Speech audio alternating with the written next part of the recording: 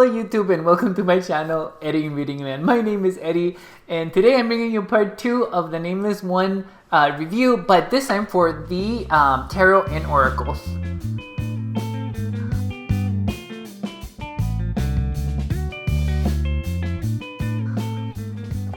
Okay, let's see, let's put that over there. Okay, guys, let's just immediately jump into the review. The first thing I want to say is that I love this tarot, and I am completely biased to Xia Hunt's tarots because she's an amazing artist, and I really, really enjoy her work, and it's amazing, it's wonderful, she's incredibly talented. She has a very unique art style, and I do have to admit that the art style for this tarot is actually more than unique. It's very original. I have never seen anything like this, and but again, I'm going to try and be objective and try to remove my bias, but it's going to be very difficult for me because I really like Xia Hunt's tarots and I really like her as a person, even though I've never met her. I do follow her on Instagram, YouTube, and I see all of her lives, and I'm there at all of her lives, and if I can't be there at that precise moment, I always see them later. She's very knowledgeable. I really like her. I just really like her, and I really like her tarot. But yes, so let's see. Jumping into the tarot. Oh, by the way, I do have a video where I go through each and every single one of the cards. If you guys want to see that, I will link it in the description down below.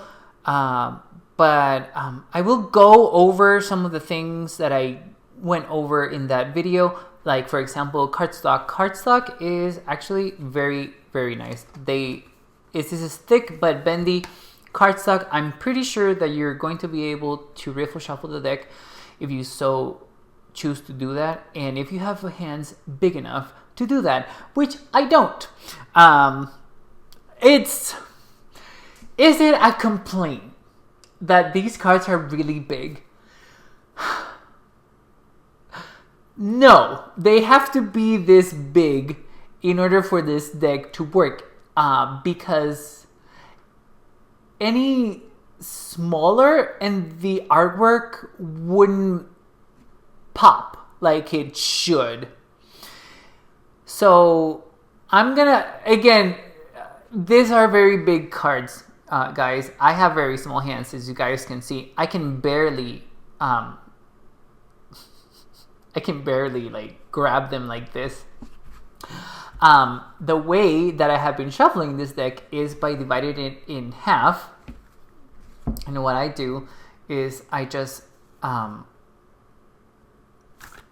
shuffle like this, but I have to do that in small portions, because if I grab this whole deck like this, it hurts my hands. And even though it has a really good slide and it's very slippery, as you guys can see, thankfully the cards are matte, which I adore. If we could only have matte cards, I will be very happy. But as also you guys can see, this is has black edges. It has black edges. I mean, the images of the cards are in a 100% opacity. Oh, let me just show you. 100% opacity background. And as you guys can see, the sigil is 100% luminosity. I think that's, or brightness. What is it? 100% brightness? I'll just say luminosity.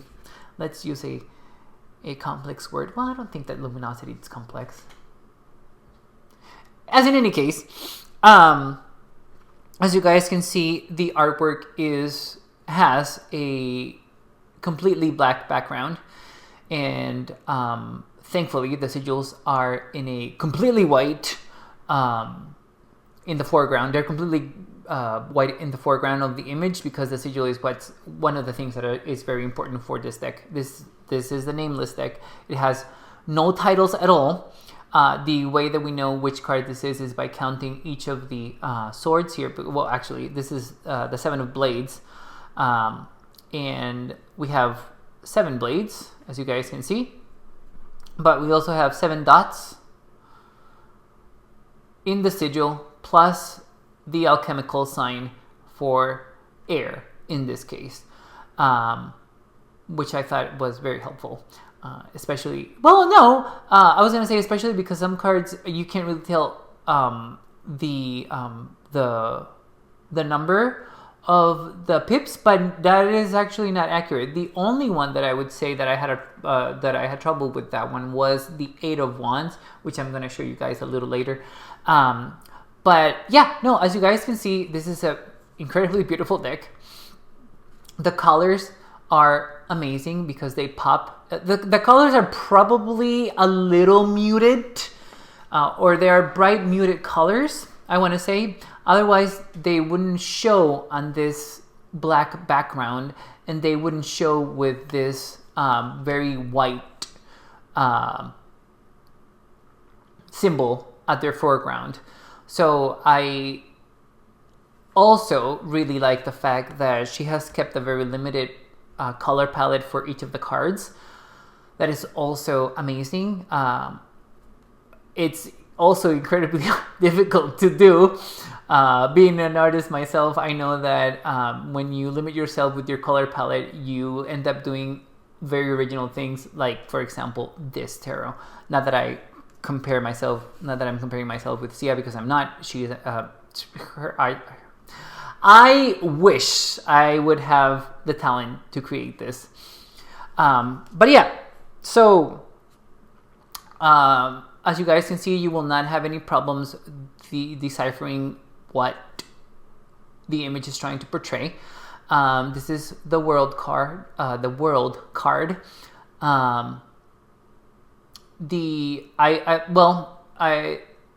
only reason why I know this is because I actually read the book and I had to find out that this is the world card, which is one of the most amazing world cards that I have ever seen. I have never seen this Lovecraftian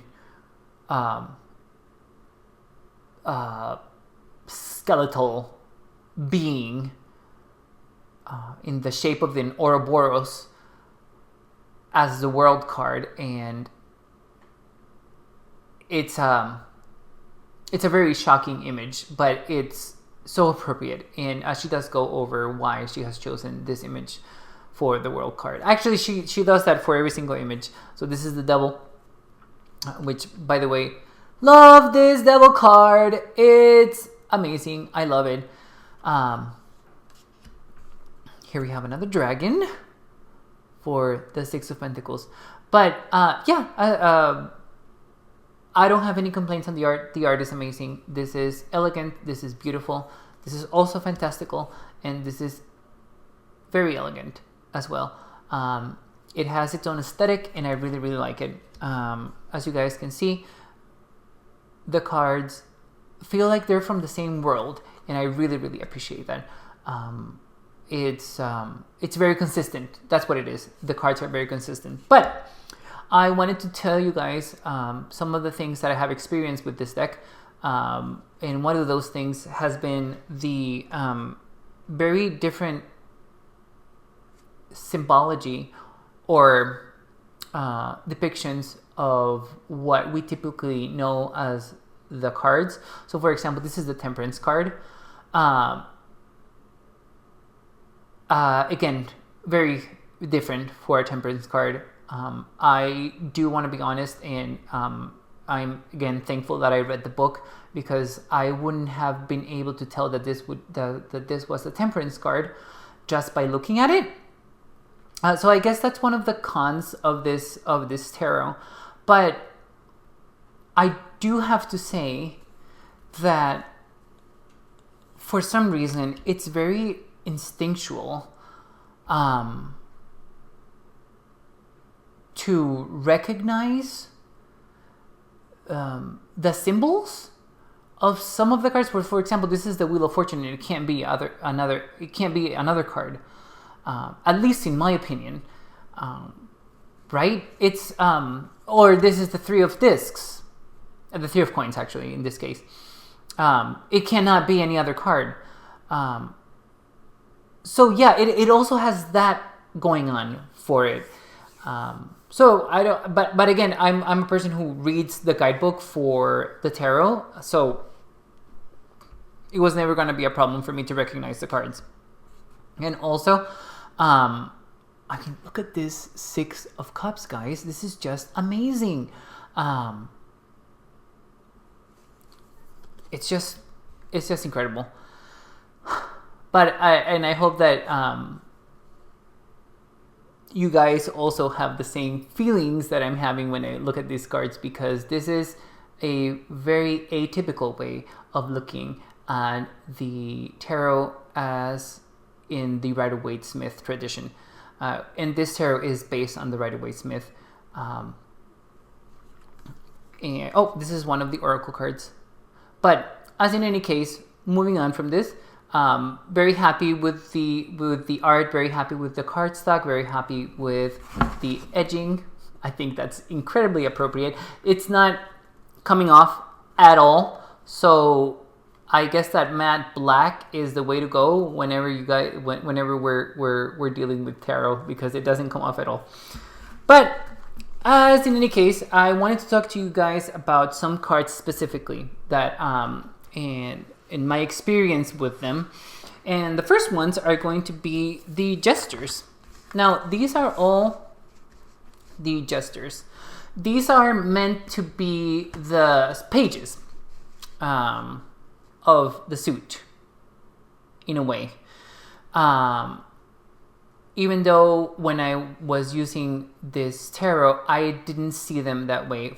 Why? Well, first of all, because I'm actually scared of Jesters. This is very scary to me. These masks, these Jester masks, I was a little worried about working with the deck and not being able to successfully do a daily draw and or journaling if I got one of these Jester cards, because I am actually very scared of this imagery. There is a reason that I'm not going to share with you at this time, guys, but I actually was a little worried that I wasn't going to be able to work with any of these Jesters, but I was wrong. Even though I'm actually still a little scared of these depictions of the Jesters, reading the affirmation for the Jester, when I actually got two of the Jesters, helped a lot.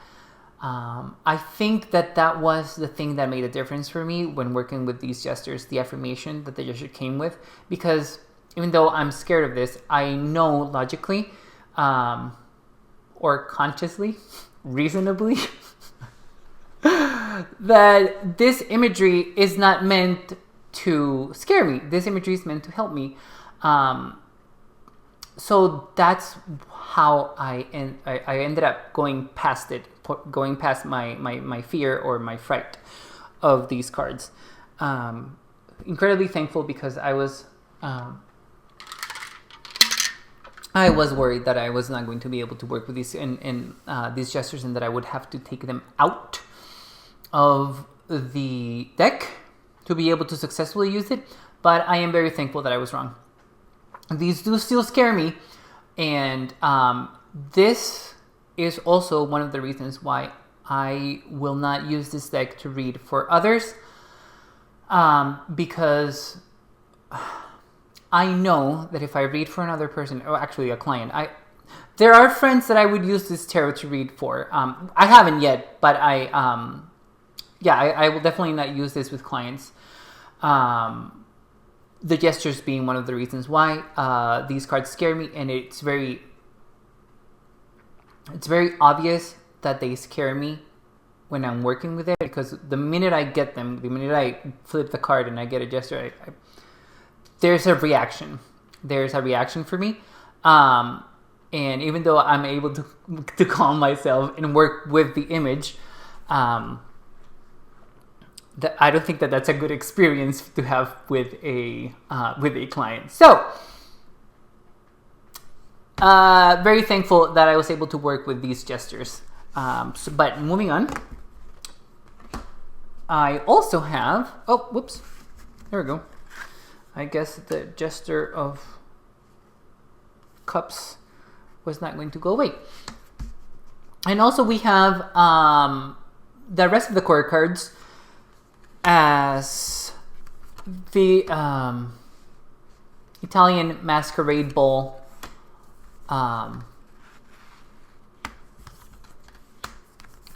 masks. And as you guys can see, these are incredibly detailed, and they're very different. Each of these cards are very different. And these cards, I thought they were going to scare me, but they don't. And I think that the reason why they don't scare me is because I can see beyond the mask with the symbology of around the mask. Let me provide some examples. Let's see. Okay, so this is the mask of Leo, and this is the mask of Cancer. I think that knowing, oh, it's funny that this is the moon and this is the sun. This, oh, well, that's even more fascinating, that relationship between the sun and the moon. I'm glad that I'm able to talk about these cards now. So, yeah, I don't have that same, what is that? Stop it. Okay. I don't have the same reaction that I do with gestures with these cards. These cards also should scare me, but they don't. And I think that the only reason why it's because they have been paired with the Zodiac, and the Zodiac is something that I actually really enjoy. I am not super knowledgeable on astrology, but I mean, the fact that the constellations shine brighter because the sun goes around, it's just those kind of phenomena really bring into my attention, and I want to know everything about it. And it's completely fascinating to me. But I think that's the reason why these cards didn't scare me when I got them, because I knew that they were that they represented the Zodiac, and I mean, they're very beautifully designed. I mean, the detail in some of these have filigree, some of these have flowers, some of these have pearls and other jewels. I mean, it's just, this is amazing work. I really enjoyed it. I was more in awe of these masks than I thought I was going to be.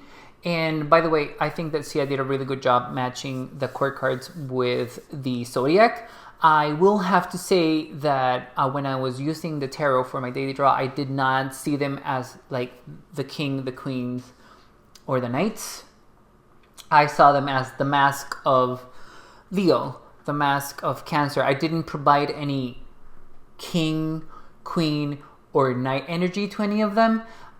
It was more about what I knew of what Leo represented to me, and what I know that Cancer represents to me at that point in time. I obviously did look up the affirmation and try to relate it to my journaling as well, but very happy that I didn't have the same reaction to these cards that I did for the gestures. So, but as you guys can see, incredible work from Xia.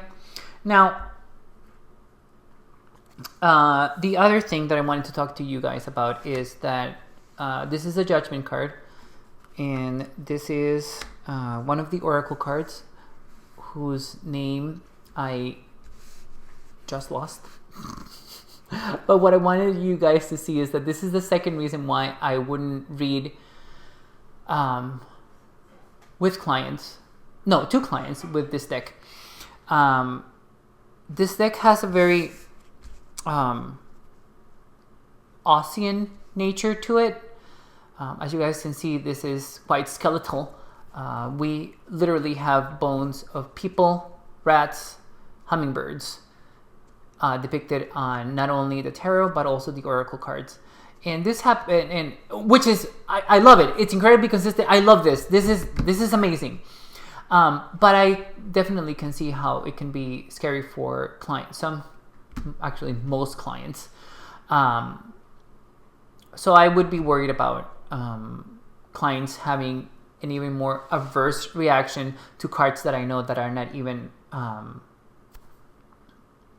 more malign in association of the imagery. Like, for example, something like the Death card or Devil, that people don't really like to see because they get an immediate worry, scary look on their faces when they see those cards, even though it may or may not be the negative aspect of those cards that we're going to explore. But yeah, so I think that I'm going to keep this deck for myself. But the other thing that I wanted to point out is that Xia is very consistent. She has skulls for the tarot, bones for the tarot and bones for the oracle. She even has some cards that actually don't have any bones, and it's just a fantastical animal or a regular animal. Like, for example, this is the Six of Blades. Is it? Yeah, this is the Six of Blades, and this is the Staff of Asclepius. This is an oracle card. It's meant to represent healing and medicine. But as you guys can see, the tarot also, the tarot and the oracle also have images that are not so bone-like, like this one, which I really appreciate. And the other thing that I was going to point out is that even though these are not bones, they still are in the same universe of the other cards. And I think that's very commendable because it's really difficult to have a different depiction and still keep to the same theme. Hopefully I'm making sense. But the other thing that I was going to show you is that sometimes she even has animals and bones in the same image. And this is also for the tarot. This is the Five of Blades. And this is an oracle card as well, whose name I am also blanking on. But as you can see, we have a live crow, and we have a dead one here. And then we have a live hyena, and then we have bones of prey here at the bottom. So she also does combine the Ossian nature of the tarot with a more natural, well, I shouldn't say natural, with a more flesh nature of this tarot. And I really enjoy that. It's very different, and it's still very cohesive. These cards are still part of the same world, and I really like that. The other thing that I was going to show you guys now that I'm with this is that Xia also managed to incorporate items to the cards. This is the Hierophant, and as you guys can see, it's a incense burner, most typically what we would see in Catholic churches, or at least that's where I would see this type of incense burner. And this is an oracle card, and as you guys can see, we have a lock and a key. And again, they feel part of the same world, and that is incredibly difficult and very commendable that she was able to pull this off, because it makes sense. And it makes sense when you read about the Hierophant being an incense burner in her book. It just all makes sense. So I'm really glad about that. So that's very original. Okay. The other thing that I wanted to mention was that there were cards that were very similar to each other, and that at first glance was a little difficult to tell if it was the oracle or the major. The only exception was the star card, and I'm bringing up the exception first because I'm going to point out that there are moths. There's a lot of moths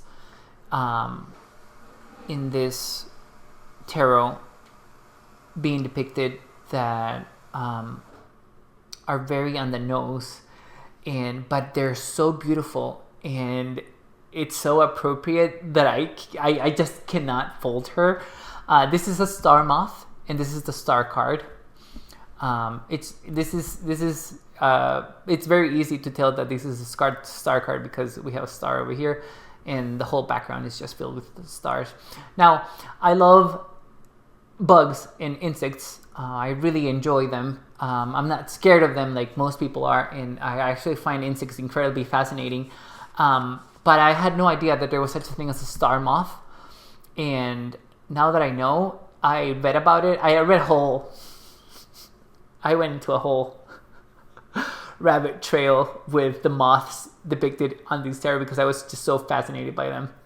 But yeah, so this is the only exception. The star card with the star moth. That image is just so beautiful anyway. But let me show you ones that actually are a little confusing. So, at first glance, I don't think that someone would be able to tell which one is the moon card and which one is the disciple of the moon. So one is a tarot card and the other one is an oracle card. This is actually the same moth being depicted here. They're both lunar moths, I believe, if I'm not mistaken. But I know that this one is the tarot card and this one is the oracle card because, again, I read the book. But I don't think that that would have been a distinction that I would have been able to do if I hadn't read the book. So, again, these are very stunning images. But when I was doing daily draws, and I actually did get the Disciple of the Moon once, and I was like, at that point, I was like, wait a minute, is this the Disciple of the Moon or is this the Moon card? So it does confuse you. I didn't think it was a bad thing. I take my time getting to know the deck, and now I know which one is the tarot card and which one is the oracle card. But what I'm trying to say with showing you guys these cards is that you will have to put more time into getting to know this deck well, so that you're able to make these distinctions, and so that you're also comfortable with reading for yourself with this deck. Another example of this would be the Death card, and this is, I believe, I think it's called the Bringer of Magic. I could be wrong, but this is a death moth, and this is a death moth. Again, I actually got the death card, and when I was doing daily draws, and I was like, wait, is this the death card or is this the oracle card? But because it is a little confusing. It is a little confusing when you're doing your journaling. But again, very thankful that I have the book so that I can look it up. And I think that the last example that I was going to show you guys with that is the Sun card, the tarot card, and the oracle card. But even the sigils have, both of them have suns in it, so it's a little confusing. I'm sorry, Xia. I'm sorry. But it was a little confusing. It's not confusing now because I know which one is the tarot and which one's the tarot card and which one's the oracle card. But and these are both beautiful, stunning images. I will never complain about the art. And it's not a complaint either. Let's call it feedback. It's feedback. But being very objective, this could get confusing for some people. But again, I love it. I'm sorry, Xia. I love your cards. I love them. If you're watching, I love them. I'm just trying to be objective as best as I can, and trying to remove my bias. But you're amazing. Okay, talking about happy cards now. The Strength card. One of my favorite depictions of the Strength card. This made it into the Strength, my favorite depictions of the Strength card video that I posted. Amazing depiction of the Strength card. Very much love this card. This card brings into the forefront also a feeling of aid and help, which I adore. And I really appreciate Xia for doing that, because it does take strength to ask for help. And I really like that. The next card that I wanted to show you is the 8 of Coins. And I particularly love this card because it takes so much discipline, so much time, and so much of your willpower to write that the writing process being depicted in the 8 of Coins is just the right thing, and it's something that I wish other artists would do, because when you are a writer, you are your own, not only your own cheerleader, but your own boss, and also your own worst enemy. It takes a lot of discipline to write a book. It actually takes a lot of discipline to write anything.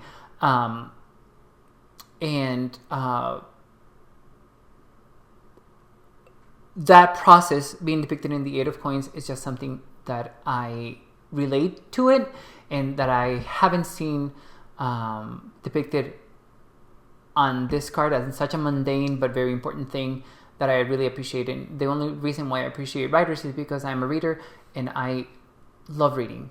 It's one of the things that I most enjoy doing. I do write every day, obviously not in the caliber of a novelist like my husband, or somebody like Xia, who writes these incredible nonfiction accounts of their own tarot. But incredibly happy with the depiction of the 8 of Coins. Incredibly happy. And the other one that I'm very happy about is the 8 of Branches. I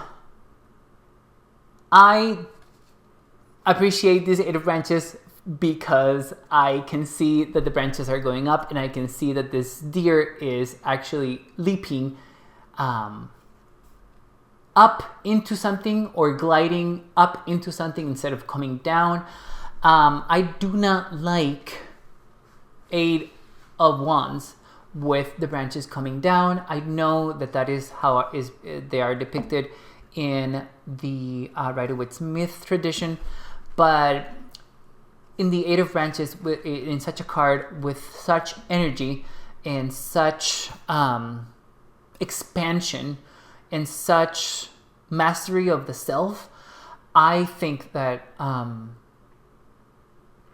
the arrows, or the wands, or in this case the trees, being depicted upward makes more sense than it being depicted downward. Very happy about this depiction of the 8 of Branches. I'm hoping that this becomes a trend and we can shift from having them going down and instead going up. This is the Justice card. This will make an appearance in my favorite depictions of the Justice card, because this is exactly what I want to see in a Justice card. I want to see the scales be the focus of the image. That is it. It doesn't have to have anything else, but the Justice card, usually we have the focus on the being who's holding the scales and or the sword, and not the scales per se. The reason why I like the scales to be the focal point of the image is because, well, one, Justice being the trump of Libra, it just makes sense that it would be the scales that we are focusing on. But not only that, but the Justice card is also, or one of the important things about the Justice card, in my opinion, is depicting that balancing of options, or the balancing of opinion, the balancing of whatever it is that we're balancing, which in this case it's a heart and a feather. Actually, not probably. This is definitely to do with the Egyptian judgment of the underworld where you're going to actually go, which is incredibly appropriate for the Justice card, in my opinion. But I mean, I digress. Very thankful that this Justice card has this chaos in the foreground. Thank you. This is amazing. I wish we can see more of this in other tarots. I don't mind that there is a person holding the scales. I don't. But I think that we need to focus on the scales, not the person. The scales is what matters. It's so black and white. But the scales is what I like to see. That's what I want. That's what I want. And the last card that I wanted to show you guys is this 7 of Branches.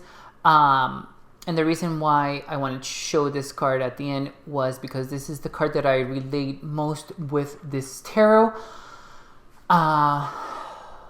This tarot both allows you to confront your walls and tear them down, but not only that, also build them with a much better foundation. My experience with this tarot is unique in the way that I haven't experienced in a very long time with the tarot. I have to admit, I think that the last time that I have experienced anything like similar working with the tarot was with the Marielle tarot, the first time that I got it, and also with the Shadowscapes tarot. The journaling that I was able to do with this tarot was exceptional, I have to say.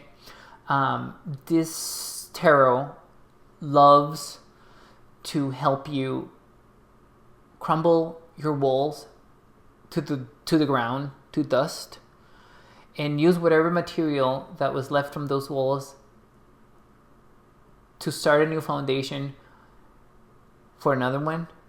And this tarot also gives you the tools and the resources to get new materials and continue building that fortress, that strength, that defense for yourself. Not in the bad way, not in a bad way of creating walls for yourself, but setting up boundaries, and very good, unbreakable boundaries.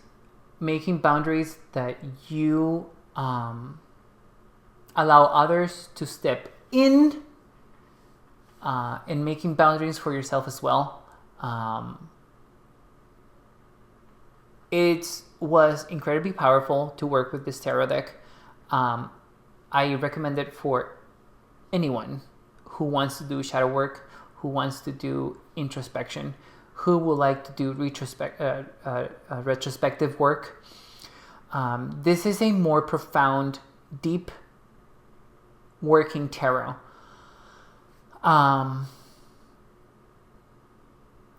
I got very emotional working with this tarot at some points, especially because the affirmations just provided me with something that I needed at that at that precise moment in time. And very thankful for that as well. This tarot will open up your,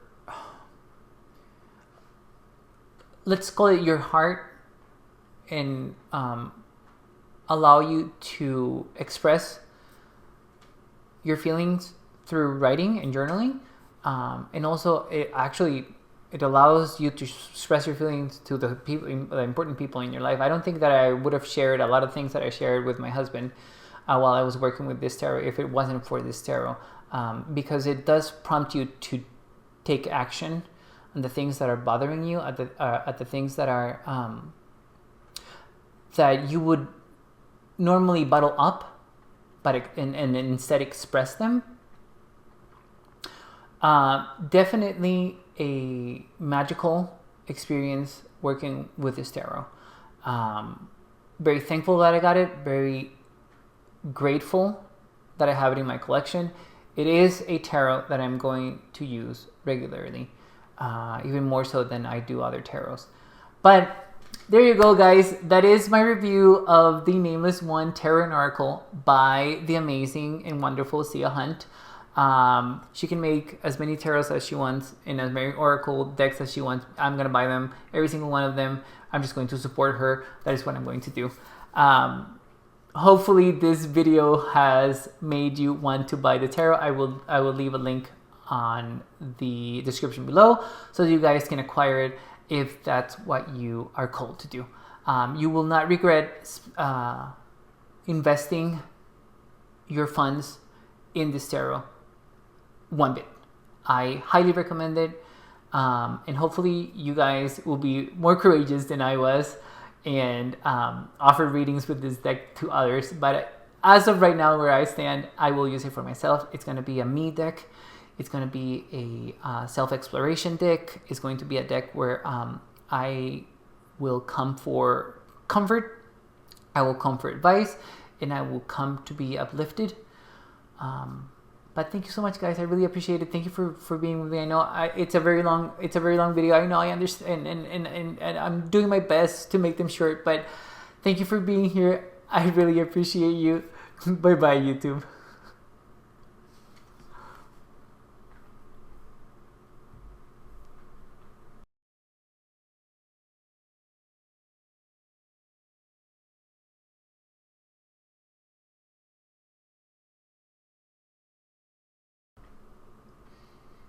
Snowball, snowball, snowball. Okay. Okay, let's see. Gods, it does look like it's going to pop out one of these. Well, I can't do anything about my chest. Let me see. Okay. Maybe I should do a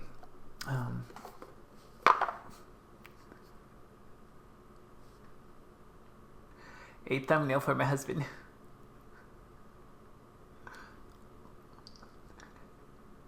Oh, I like this one. Okay.